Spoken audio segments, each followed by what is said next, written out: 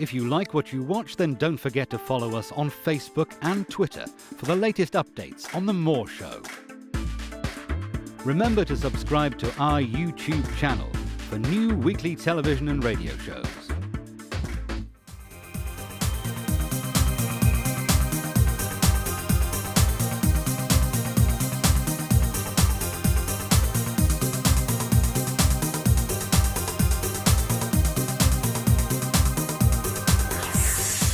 Hello, I'm Kevin Moore, and welcome to another edition of The More Show, which is sponsored by the UFO Matrix magazine.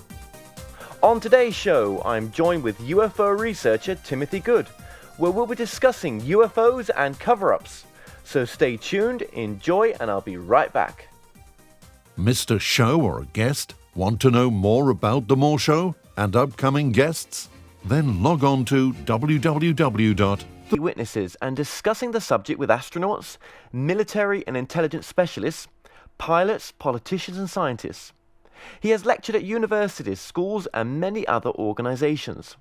He has even been invited for discussion at the Pentagon in 1998 and at the headquarters for the French Air Force in 2002. He has acted as consultant for several US congressional investigations. Born in London, Timothy gained his scholarship as a violinist to the Royal Academy of Music. He has also freelanced as a session player for television dramas, commercials, feature films, and recording with pop musicians. For example, Phil Collins, George Harrison, Elton John, Paul McCartney, Rod Stewart, and U2. Timothy, welcome to the show. Thank you.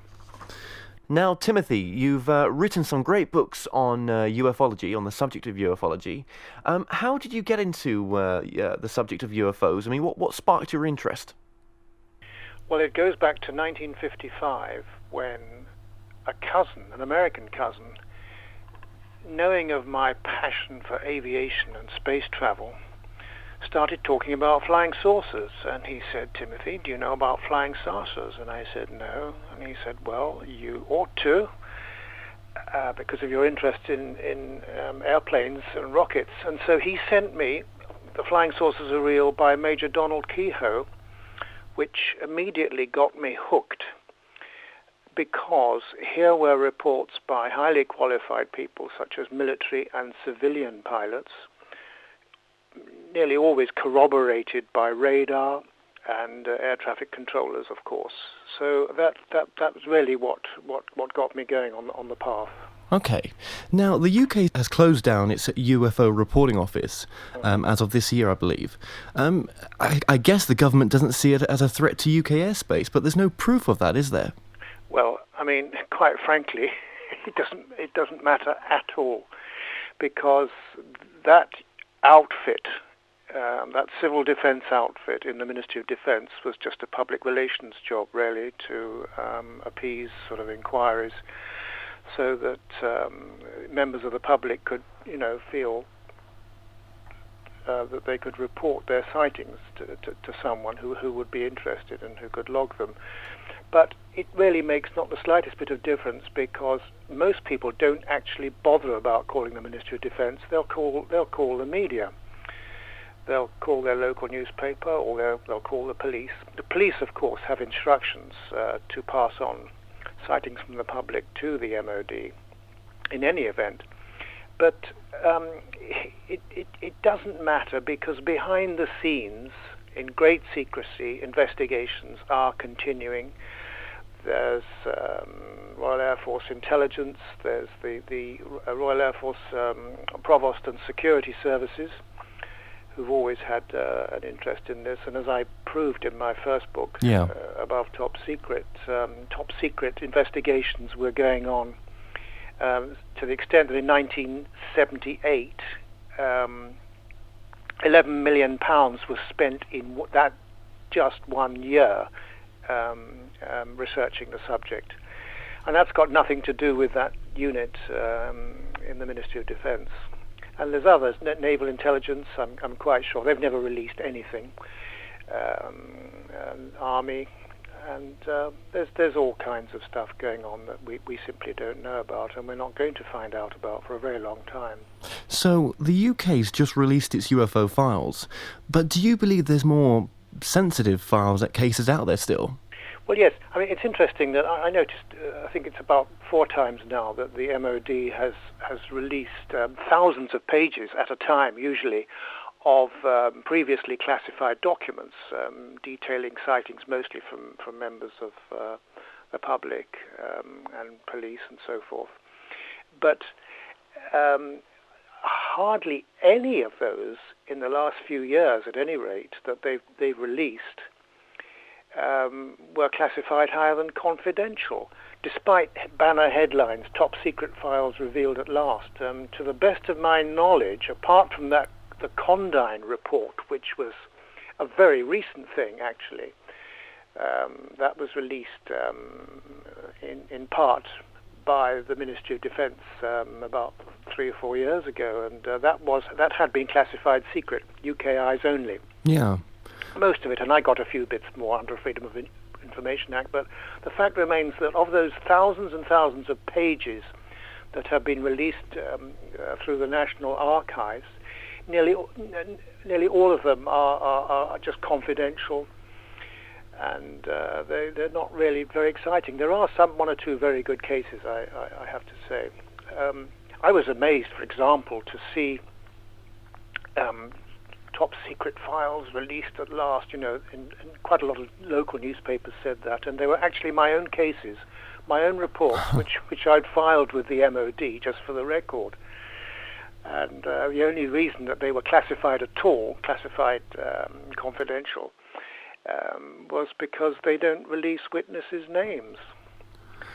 So it's all overhyped, and it's a way of sort of dealing with the flood of Freedom of Information requests which the Ministry of Defence gets regarding this subject, more than any other subject apparently, and they don't want to be inundated, so they're just releasing tons of stuff all the time. Sure. So in your opinion, Timothy, would you say that the British Secret Service and military know about the existence of UFOs? And if so, how much information is shared with the Americans and other countries?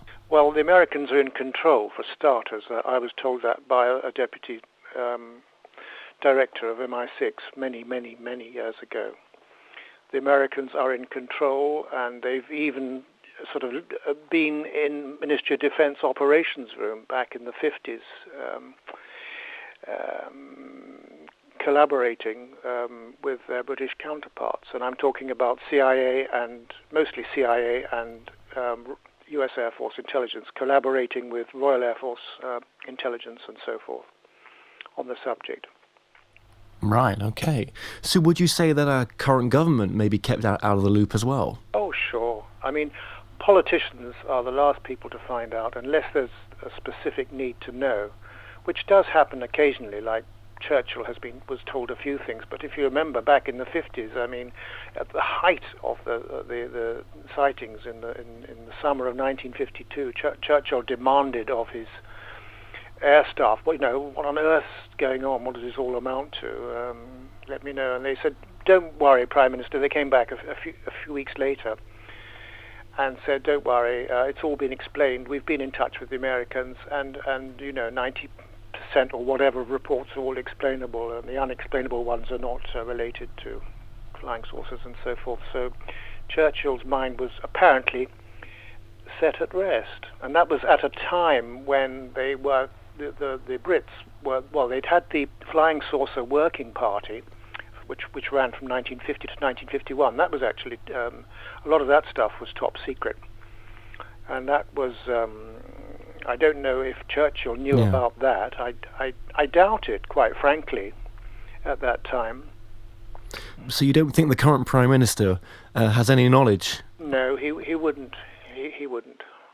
Okay. Not unless there is there would be a specific need to know.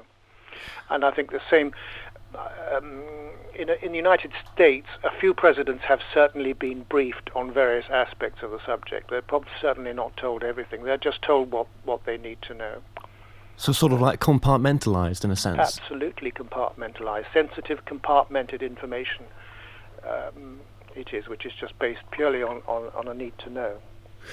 I mean, do you think that if the information was released, it would put the world in a tilt and sort of cause mass panic? Yes, I do. I think, I mean, it depends what they said, of course. And there's no way, based on what I know, there's no way they can come up with all this information. I mean, if even us UFO researchers think how long it took us to sort of begin to accept the possibility of alien abductions.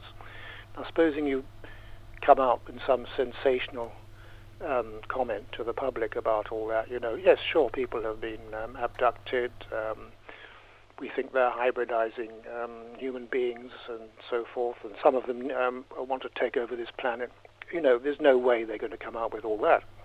They might come out with something more bland. Do you think there's a sort of group outside the elected UK government with knowledge of, I suppose, extraterrestrial presence? No question about it. What would the agenda of such a group? Well, I would imagine they're liaising very closely with the Americans, for starters. That's what I've been told. And there would be scientific and technical intelligence people, just as they employ in the Royal Air Force Intelligence and other intelligence agencies, including MI6 and so forth, gathering as much technical scientific intelligence as they can about the craft and other aspects, and that's been going on for a very, very long time. So why would you say, in your opinion, are people not talking or sort of coming forward with what they know? Well, they are. People from all over the world, more and more people are coming forward. If you think, for example, of Sir Peter Horsley, Air Marshal Sir Peter Horsley, whom I knew back in 1954, and this is what initially he wrote in his autobiography decades later. He claims to have had a 2-hour meeting with an extraterrestrial being in the middle of London, which was arranged for him via a British Army general. And I wrote about that in my book, Alien Base, and Sir Peter wrote, of course, originally about that in his autobiography, Sounds from Another Room. And at that time, he was actually equerry, military attaché to Prince Philip, and to a lesser extent to the Queen for a period of 7 years at Buckingham Palace, when he had that 2-hour meeting with a human-appearing extraterrestrial in the middle of London. And he went back to the palace and reported all the details to Prince Philip, who's always had a strong interest in this subject. So he came out with it, and he's one of the most high-ranking people to come out with it. And of course, back in the States, you have Lieutenant Colonel Philip Corso, who headed the United States Army's Foreign Technology Desk, and together with General Trudeau at the Pentagon, starting in about 1961, they started feeding in actual items of materials recovered from crashed flying saucers to the U.S. Industrial giants and corporations, which greatly accelerated America's already big technological lead over the rest of the world. Yes, I've heard that. So he came out with that, and he was ridiculed. People have discredited him. I've even heard UFO researchers trying to discredit him, but he has an impeccable background, and he worked actually for the Special Coordinations Board on the Operations Board of the National Security Council, which was it's called the Special Group, which lasted for quite a number of years within the intelligence office section of the National Security Council. And Corso was certainly on that, because I got his military records. And those were the people that dealt with the most sensitive operations run by the United States government. Yes, you're referring to Philip Corso, the author of The Day After Roswell. Indeed, yes. Yeah. And you don't think he was a disinformant? You think he was the real key? I do. Okay. Well, just going back there to, I believe, Sir Peter Horsley that you mentioned. Yes. When you say that he met an extraterrestrial, are you saying that it was the normal sort of big eyes, big head? Or, No. No, this is the thing. There are many, many different types of extraterrestrial. I have to say they're all humanoid, but there are big varieties. There are big differences among them. Certainly the so-called grey, you know, with the bug eyes and sort of short, spindly figure and so forth is very popular, but there have been many, much more human types that have been observed over the years, and the man that Sir Peter met looked perfectly normal in most respects. He was immaculately dressed in a suit, and they met in this Chelsea home with a witness present. And what Sir Peter found particularly disturbing was that this alien could read Sir Peter's mind completely. Furthermore, and he didn't publish this in his book for obvious reasons, but he told me, and I published it in my last book, Need to Know, that this alien knew all Britain's top secret nuclear secrets. So that was kind of disturbing.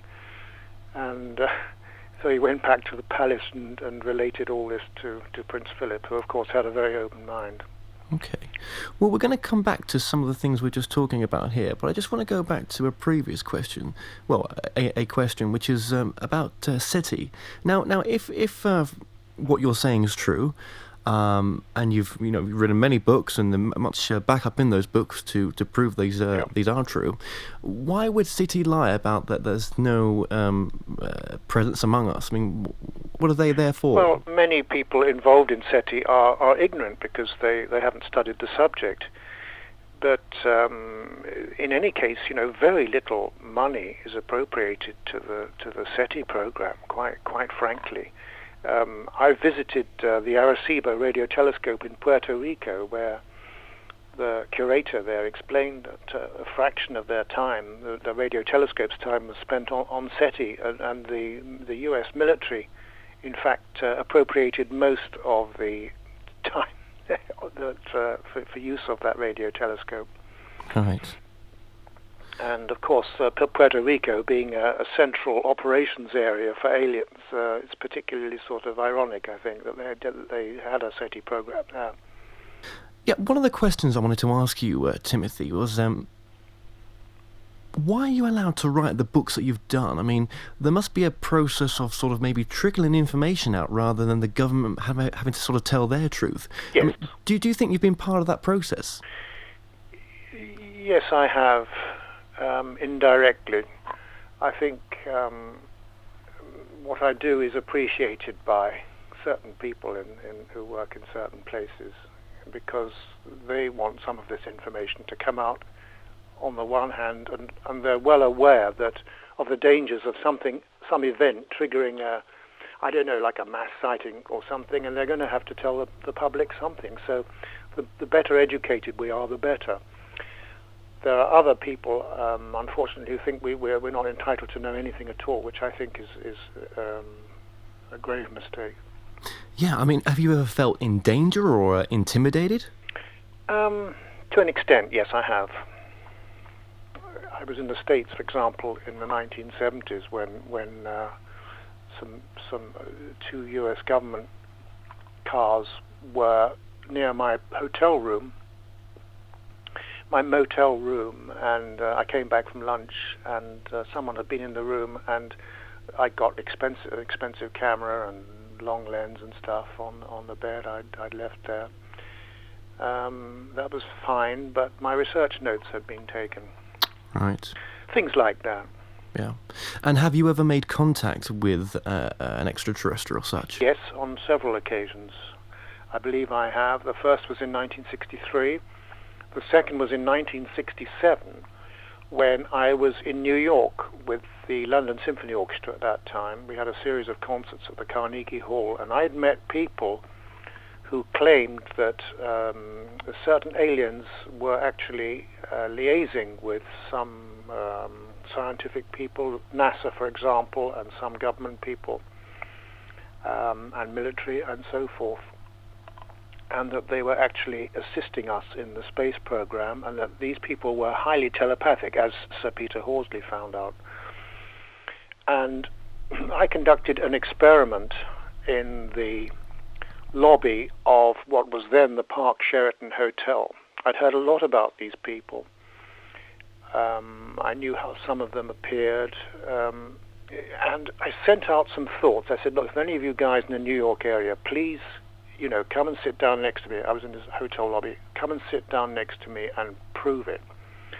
Well, about half an hour went by. I just thought that in my mind. I projected the thought, and then I relaxed, and I read a magazine on a sofa in the lobby. And after about half an hour, a man came in. The Americans would say straight out of Madison Avenue, immaculately dressed in a dark suit, white shirt, dark tie. He had wavy, sandy hair. He was tanned. He had glasses,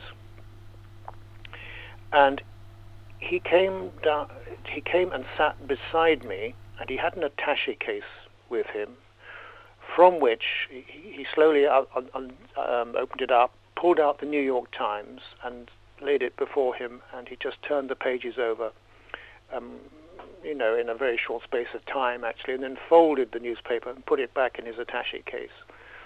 And so I thought, right. In my mind, I sent him the thought, okay, if you're the guy I'm looking for, if you're from another world working here, take your right index finger and hold it to the right side of your nose. And instantly I thought that he did precisely that, and he kept it there. So at that point, eventually he put his finger down. I thought, well, what do I do now? And I don't know, but I just didn't feel I should speak. I thought he would tell me stuff. He didn't. There was nothing at all.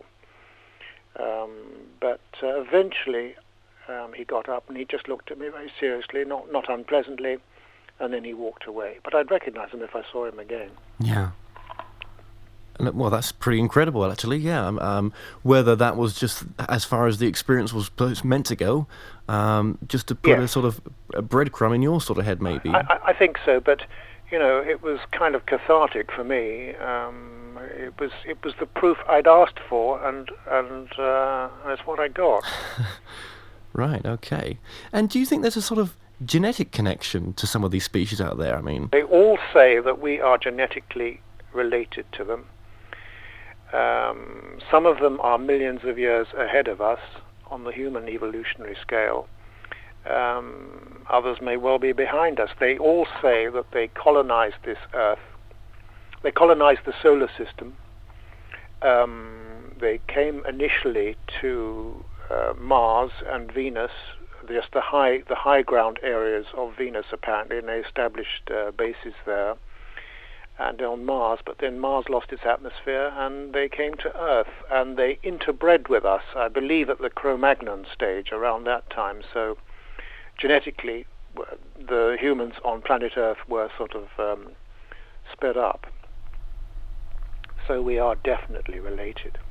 And some of them look extremely similar to us. I have to say, from my own experience, I mean, unless you knew certain things to look for, you probably might not recognize them. And generally speaking, it's their demeanor and the fact that they're highly telepathic, and that's the proof. Okay. With abductions then, I know we're sort of swimming all over the place here, but there's so many questions I've got for you in such a short amount of time. With the abduction purpose then, have they got our best interest at minds when they're abducting? And is the abduction a real phenomena? It is indeed. There have been reports from all over the world. It's important to stress that there are different abductors. It's not just these little grey guys. Some of the more human looking types have been responsible for abductions, as the literature reveals. And I've spoken to people who've been abducted by a number of different types of humanoid aliens. But the aliens themselves say that the purpose is to extract genetic material and to extract sperm and ova to produce a crossbreed, a hybrid, if you like. And there has been an operation going on for quite a long time in that regard. I'm led to believe by informed sources. Now, the aliens say they're doing it for our benefit. but my information is that in many cases it's being done for their benefit. As to the precise reasons, I can't be absolutely sure. I was told that certainly one reason is that some of these beings have their BDI on this planet of manipulating the human race. Now, whether some people might think that's a good thing, they couldn't be any worse than we are, but I don't know. Earth is unique. I mean, we hear that from astrophysicists all the time, and actually, aliens themselves say, well, of course, Earth is not unique in the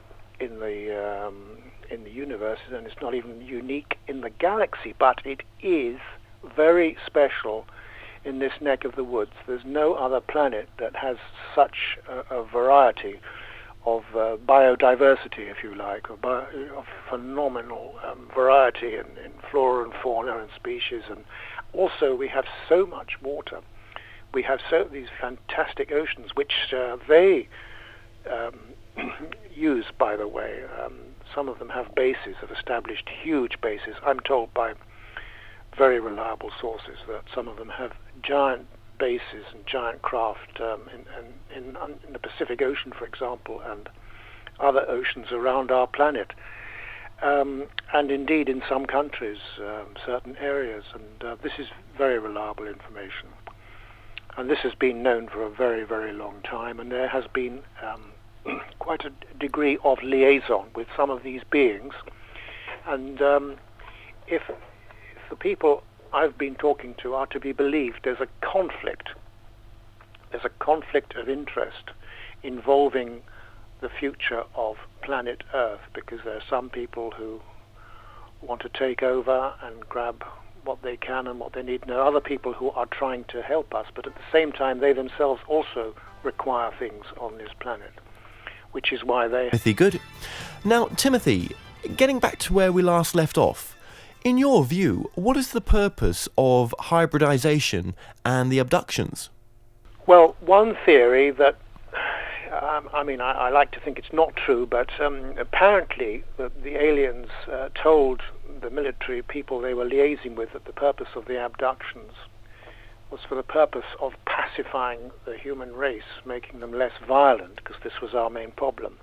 I think we can all agree on that.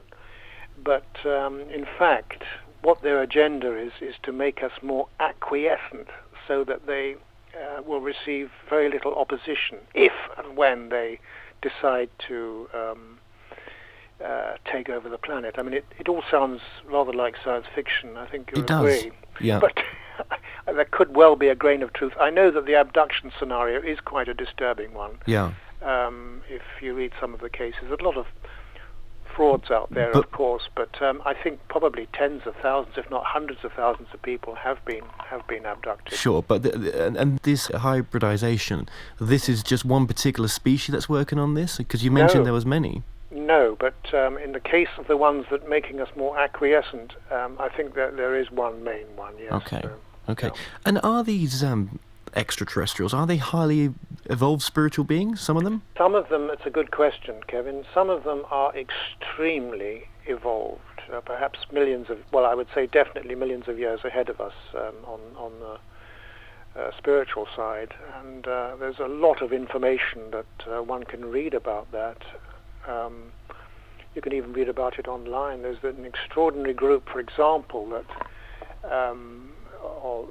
that started in Italy in 1956, and they were given the name the Amicizia group, meaning friendship group, and they established contacts with many high-ranking individuals and many ordinary human beings. They were all hand-picked, and this lasted for a very long time, several decades, in fact, and there's a lot about that. If you look up that on the website, you can see a lot of information. And I know some of the people who were involved in that group, and they had face-to-face meetings, ongoing meetings for a long time with some of these people. These were people from many different walks of life. From there's one diplomat who was involved, a very well-known diplomat, Italian diplomat. There were many lawyers involved. There were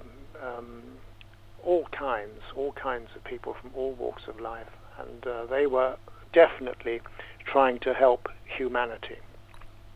And if there's sort of... And still are, I would think. Sure. If there's sort of good beings out there as such, there must be the opposite, as surely. Goodies and baddies, absolutely. There are others definitely who do not have our best interests at heart, and all of them have said that. And it's not just something that's, hearsay and tittle-tattle, I don't think, but it's consistently reported by people claiming contact with these beings.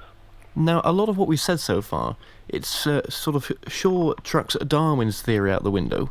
Not entirely, because... No? No. Because, we did certainly come originally from the ape family, but the only difference is, and Darwin couldn't have known this, I don't think, and I think DNA actually in the long run will show it up, is that at some point we were interfered with, which was when they began to interbreed with us and hybridize us way back, around or before the time of Cro-Magnon man. I see. Okay. I mean, how about sort of alien descriptions in the Bible then? I mean... Well, heavens above, there's so much material. If you go back to Genesis, for example, it's very interesting. You can sort of read the Bible and other religious documents. I believe the Hindu Vedas have references to the gods. Certainly the Greeks do. They talk about the gods who came to Earth, and the Brahmin records, and the Bible right from the start. The 6th chapter of Genesis. And it came to pass when men began to multiply on the face of the ground, and daughters were born unto them, that the sons of God saw the daughters of men, that they were fair, and took them wives of all that they chose. And it says there were giants on the earth in those days, and also after that when the sons of God came in unto the daughters of men, and they bare children to them. So I think that's very interesting. And you have all the descriptions of so-called angels, which doesn't mean someone with a pair of wings sprouting from their shoulders. I mean, it means a messenger from angelos, the Greek. Sure. And there's all sorts of things, all sorts like Elijah was taken up to heaven in a whirlwind, and that's described. And Ezekiel talks about a whirlwind coming out of the north, and brightness was all about it. Midst of fire, also out of the midst thereof came the likeness of 4 living creatures, and this was their appearance. They had the likeness of a man. And it goes on and on, people describing things in the sky. But I think the New Testament is equally interesting. It talks about Angel Gabriel, talking about the virgin birth and everything. And I think Gabriel, as a messenger, could well have been from elsewhere. And there was some type of sort of artificial insemination. Right, okay. And Jesus himself had highly telepathic abilities. He could apparently levitate. That's true. Curing the sick, and of course the resurrection, all that. And for me, one of the most interesting things is, I think it's in the Book of Acts. Well, I've got some of this in front of me now. And when he had spoken these things, while they beheld, he was taken up, and a cloud received him out of their sight. And while they looked steadfastly toward heaven as he went up, behold, 2 men stood by them in white apparel. Quite interesting, I think. And then I think it was Saul's journey to Damascus.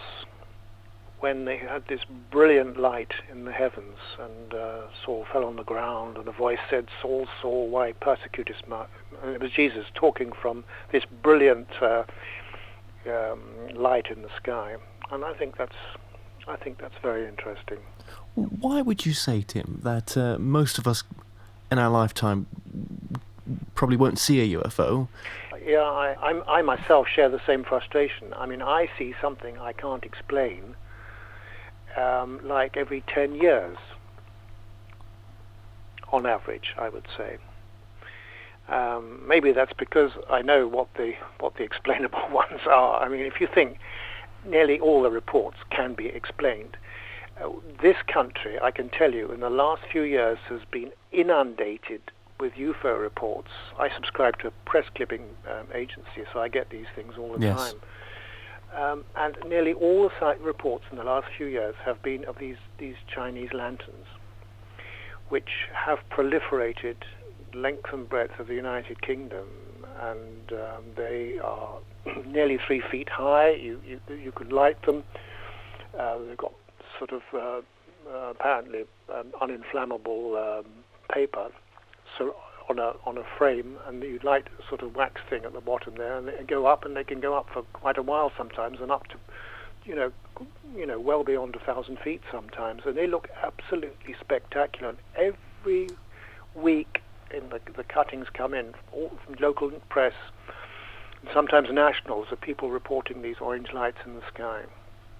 They are Chinese lanterns, which can be bought at toy shops, and they're much cheaper online. And people launch them typically by the squadron. You get up to a dozen or more of these things. I don't know if you've ever seen them where you are, but weekends are very popular, particularly popular. They're usually to celebrate weddings, Yeah. things like that, But people just do them for the hell of it.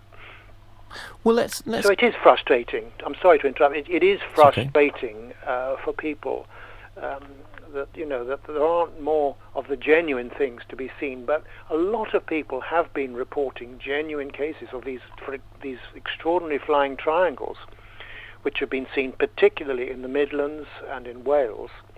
And there were some very good ones in 2008, and I think some in 2009 as well. And they're all over the world. Now, the problem here is that I know for a fact that the Americans, and possibly to a lesser extent the Brits, have actually produced highly sophisticated craft which are capable of space travel, and they're advanced beyond anything that's even, still probably top secret. There are still some that are even beyond top secret.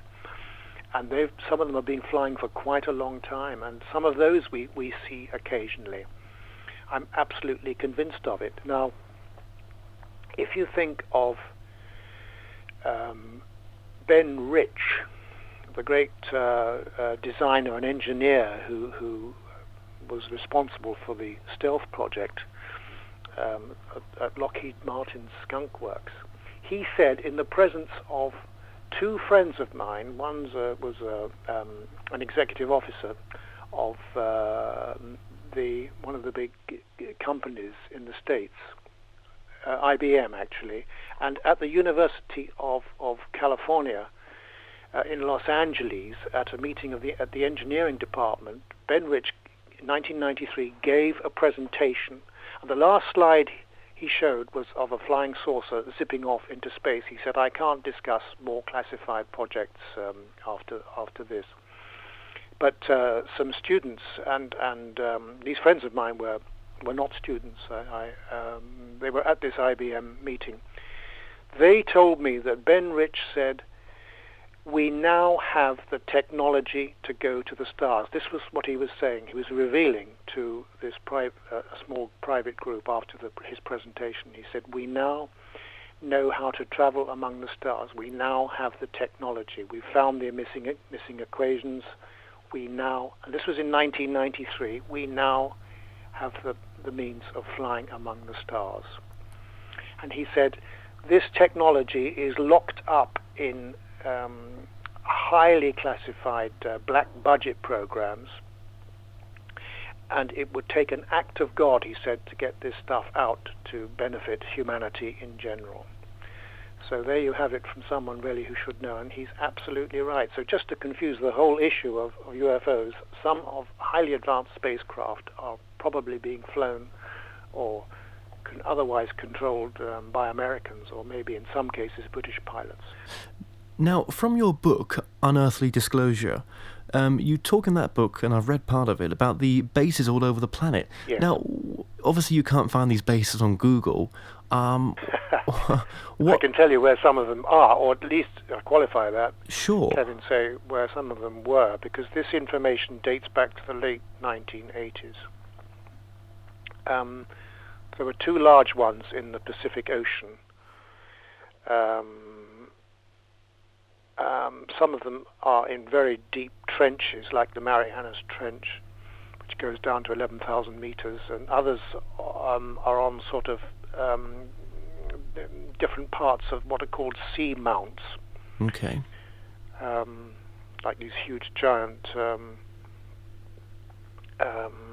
escarpments, or whatever you'd call them, under ocean, old flattened mountains or something under our oceans. And others are underground in mountains. According to this Amachizia group, they established a huge base which went to a depth of about 12 kilometers or more.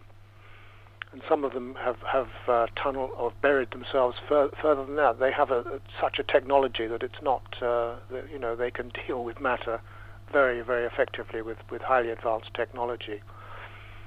And so it's not really about them coming from above, they're already here. Yeah.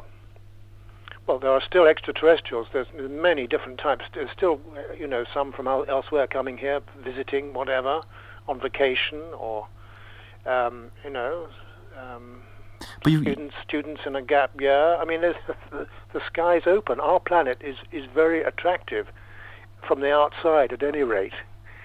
It's just that a lot of them are not so keen on a lot of the people here, and I can't say I blame them there. Well, surely if there's bases on the Earth, then there must be bases on the Moon or Mars? Yes, there are on both. Glad you raised that. And of course we are, some of NASA is collaborating with some of these people. That's my understanding. Yes, but I mean, the pictures from NASA never say so. I mean, I've never seen a picture. Of course they don't, because they can't come out with it. So they're in the loop too, basically, with the government. There were aliens on the moon when Armstrong and the others landed there. Even Buzz Aldrin has admitted recently, well, a few years ago, and he stated it several times on television, that they were accompanied on their way to the moon by a bell-shaped flying craft, which concerned them. And I learned from a lady now deceased, who was with MI6 many, many years ago, and she met Armstrong at a NASA conference at which she was actually one of the speakers. And she told me that in conversation with Neil Armstrong, he said there were definitely craft on the moon when we landed, and we were very frightened. Okay. And they got the distinct message, maybe literally, I don't know, that they were not welcome, that we were not welcome on the moon. And this is the reason the Apollo program, it had to go on. Well, yeah, that's what I was going to say. The reason it stopped for such a long time. Yes, because we've not been back for what now, 30 years? Something like that. Yeah. So you don't see us going back anytime just soon? Yes, I do actually. I think there's collaboration between some of our more friendly brethren from elsewhere with our space program, and we're getting some assistance. Also, there's all sorts of new weaponry involved now in this, according to my understanding, which is quite disturbing in a way, because we're talking about Star Wars here, or possible confrontations. Us against them? Yeah. Okay. And I think also there is a conflict of interest among these races here on Earth, and this has been confirmed for me by a number of different military and scientific sources, some people who have witnessed this at first hand, that there is a conflict of interest over planet Earth, and to some extent we are sort of piggy in the middle. But how much longer can they keep this lie going? I haven't a clue. I mean, there's no way they can sit on it forever, and I believe that's acknowledged behind the scenes, but I don't know. Well, if the subject is so true, why is it so ridiculed yet features in so many movies regularly and TV adverts? Yes, I know. It's very clever, isn't it? This was planned going way back to 1953 when the CIA, and I know the guy who was actually responsible for this, and he's very elderly now, but he was in charge of this so-called Robertson panel, which advised the government on how to debunk the subject. And even though, of course, as he knew perfectly well that it was all real and happening, and they just wanted to take wind out of the sails of this fantastic flying saucer epidemic that was going on in the 1950s. And so they devised a plan of doing sort of comic strip things and joking about it, and all sorts of things were tried just to sort of to ridicule it. And even in 1960, the first head of the newly constituted CIA, Admiral Hillencutter, said in a statement read out to Congress that, look, behind the scenes, Air Force officers are soberly concerned about these UFOs, but through official secrecy and ridicule, many citizens are led to believe the unknown objects are nonsense. So there's the head of the CIA confirming official ridicule. It's very effective. It's a very effective weapon. Very effective, yeah. I mean, it's in the psyche. It's part of the culture now, isn't it? Yes. Oh, it's conspiracy theory. People say, conspiracy theory. Oh, he's a conspiracy theorist. I mean, do they think there really aren't conspiracy theories? I mean, heavens above. Sure. I mean, the other reverse of conspiracy, let's look at disinformants. Yes. Do you believe in purposeful disinformants out there? Oh, absolutely. It's absolutely essential to deflate, to sort of play everything down. I don't blame them. I really don't. I can see it from their point of view, and I don't know everything, but some of these guys, from what I've been led to believe, some of it's pretty alarming what's going on. So you wouldn't want to unnecessarily upset the populace. Yeah. But I think we have to be prepared. We have to be conditioned, and maybe conditioning is part of it. Do you think they know they're disinformants? Not in all cases. I mean, for example, you have the Ministry of Defense coming out saying, a spokesman saying that we have no evidence of extraterrestrials coming to Earth, and we have no evidence that UFOs present a threat of any sort. I mean, that's absolute nonsense. You've only got to read all the official government and intelligence reports about threats posed by unknown flying objects of all types, and so that's absolute nonsense. But that spokesman probably knows nothing about the subject, and he's just been told what to say, and so he's not dissembling. He thinks that's the truth, that we have no proof of extraterrestrials coming here. Sure. But they're here. That's for sure. And do you see disclosure in 20 years or more? I can't imagine the complete cover-up lasting even that long. Actually, the way things are going, I think inevitably some phenomenal thing will happen, and people won't be able to ridicule it. What scares me a bit is that what they reveal will be, oh yes, well we've had these things for a very, very long time, and that's what people have been seeing. They're our own. That's what worries me. Well, Timothy Good, it's been a complete pleasure. Thank you so much. It's been my pleasure. Thank you very much, Kevin. To find out more on Timothy Good, visit www.timothygood.co.uk or look up Timothy on my site, themoreshow.co.uk, under past guests. So until next time, be safe.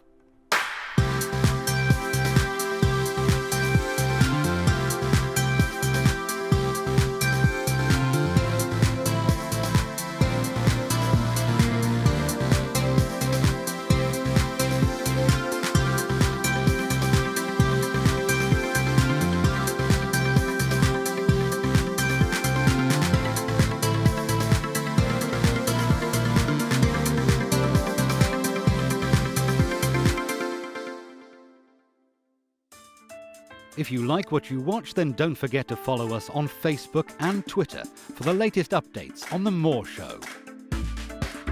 Remember to subscribe to our YouTube channel for new weekly television and radio shows.